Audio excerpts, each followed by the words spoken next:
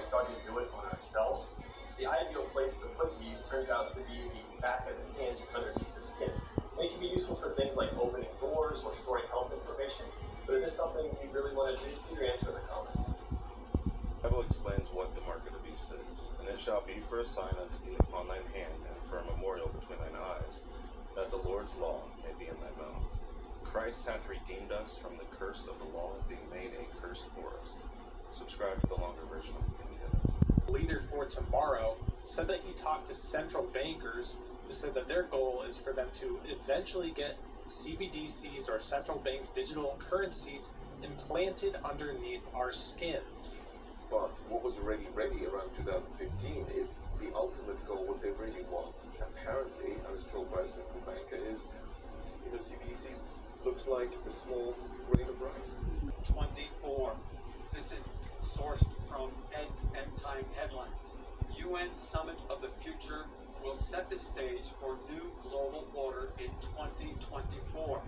A research director at the Heartland Institute and New York Times best-selling author on Independence Day, Independence, Justin Haskins, has written at the Federalist about a series of proposals to be considered at the United Nations next year. Brazil, Russia, India, China, and South Africa, also known as the BRICS, are about to gather in Johannesburg for their annual summit. It's a crucial meeting for the group, and here are 5 things that will be on the agenda. Expansion. 23 countries have formally asked to join the group, with even more expressing interest. If the bloc does admit more members, it could have major repercussions around the world, potentially giving new members and the group as a whole more power on the world stage. The war in Ukraine. Russia's invasion has put the rest of the BRICS countries in a tricky diplomatic position. They've all called for a peaceful resolution of the conflict, but largely sided with Moscow. Brazil is the main outlier. It voted in favor of a UN resolution demanding an end to the conflict and Russia's withdrawal. A BRICS common currency. Higher interest rates and rising tensions with the US have reignited the group's desire to challenge the dollar's dominance in the global financial system. To wean themselves off of the greenback, they're considering developing their own shared currency or settling trade deals with local currencies, something which they've already started to do. The New Development Bank. This is the BRICS' main financial institution, and the group wants to expand its role. It was originally conceived as an alternative to the World Bank and the IMF, but sanctions on Russia have complicated the group's plans.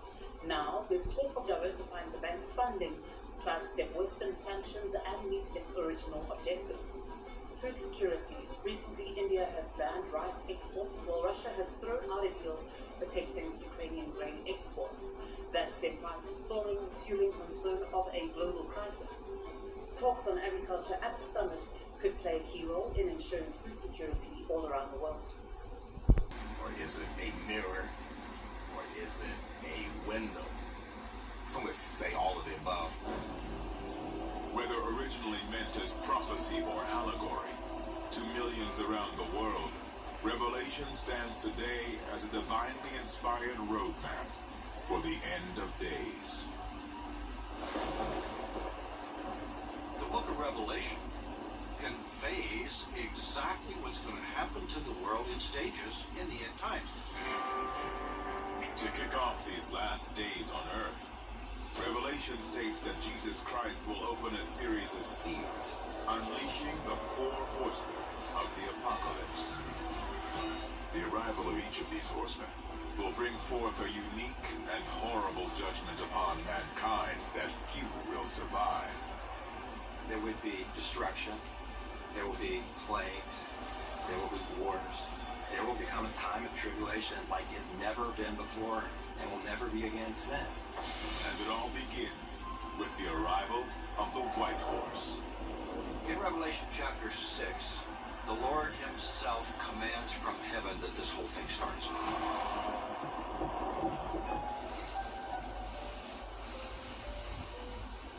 I watched as the Lamb opened the first of the 7 seals.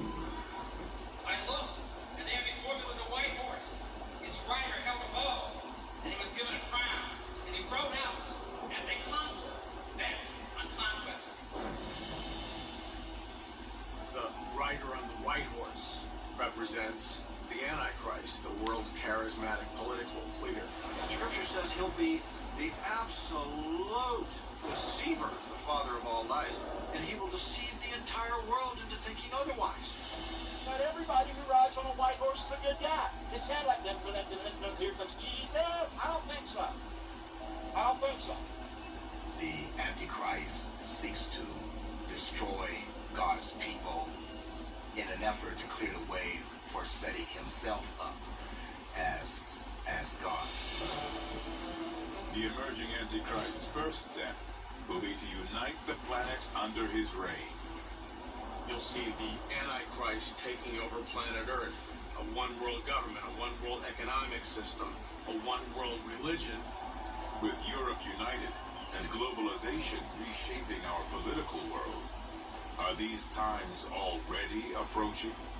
I think it's important that people understand that this idea of a one-world government is not far off. The one-world government and one-world economic system is literally being assembled before our very eyes, and you and I in our lifetime are going to see a world currency and a global government. There'll be a one-world authoritarian system that won't look too bad initially, but then after 3.5 years, the Antichrist will reveal himself as the devil. But how is it that mankind will be so easily seduced? According to believers, the rise of the Antichrist will be sped along by deterioration in global conditions, leaving us powerless to resist. The Antichrist must create a need for his appearance. And he's doing that by means of his human agents, by crashing the global economy, killing the dollar, making everyone desperate.